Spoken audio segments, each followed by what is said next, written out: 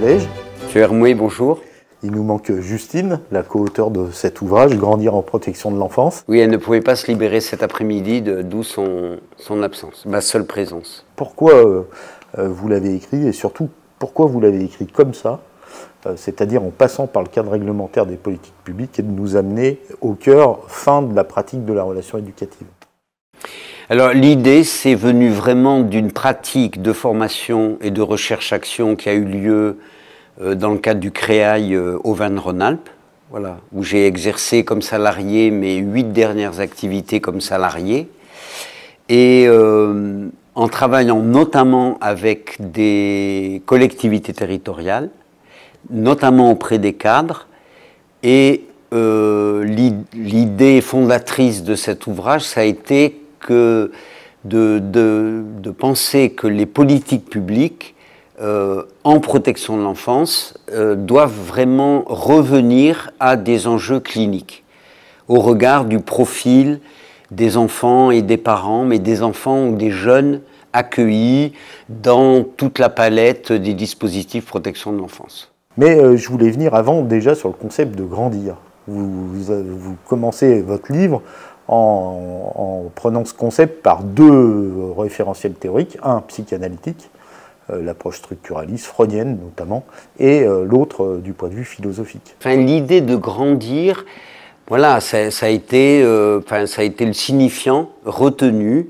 avec Justine notamment, dont j'ai été très porteur depuis plusieurs années, parce que c'est pour revenir au rythme de l'enfant qui s'élève dans le monde. Et vous parlez d'une évolution symbolique au moins, au niveau de la place des parents dans les familles, et notamment d'une société moderne ou post-moderne, et vous faites référence au travail du docteur Caroline Goldman, comme si aujourd'hui, pour vous, les familles n'étaient plus la matrice ou la structure matricielle dans lesquelles justement ces enfants pouvaient grandir au sens où vous nous l'expliquez.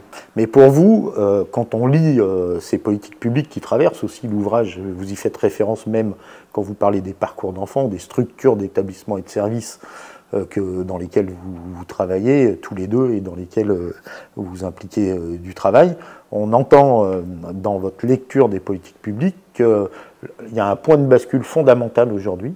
C'est le rapport de la conférence de consensus sur les besoins fondamentaux de l'enfant de 2017, lequel va éclairer toute la suite de votre livre. C'est vraiment intéressant d'y prendre part, de le transformer, mais de s'appuyer dessus. Comme l'enfant a besoin de trouver des appuis et des points d'appui pour s'ouvrir au monde, quoi. Le monde qui ne s'est pas offert à lui souvent. Et du coup, si on descend un peu dans ce que vous amenez dans votre livre, c'est la qualité de l'évaluation de la situation du point de vue écosystémique.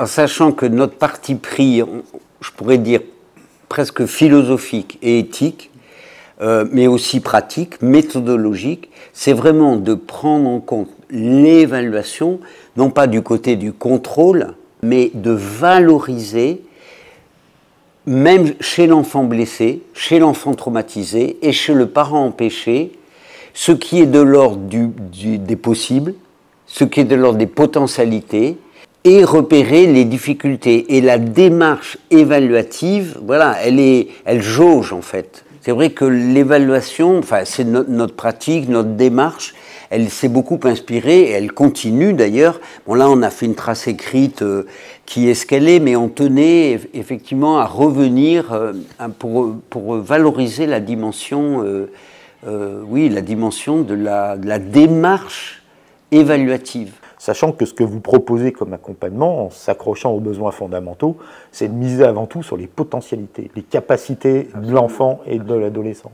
Enfin, nous signons, parce que Justine n'est pas là, mais elle pourrait vraiment, je suis sûr qu'on serait tout à fait en phase là-dessus, d'autant plus qu'elle est en activité, elle est chef de service dans une association en protection de l'enfance, donc avec toute une palette aussi d'établissements, de dispositifs avec lesquels elle travaille avec des équipes. C'est vraiment le pari de parler de faculté.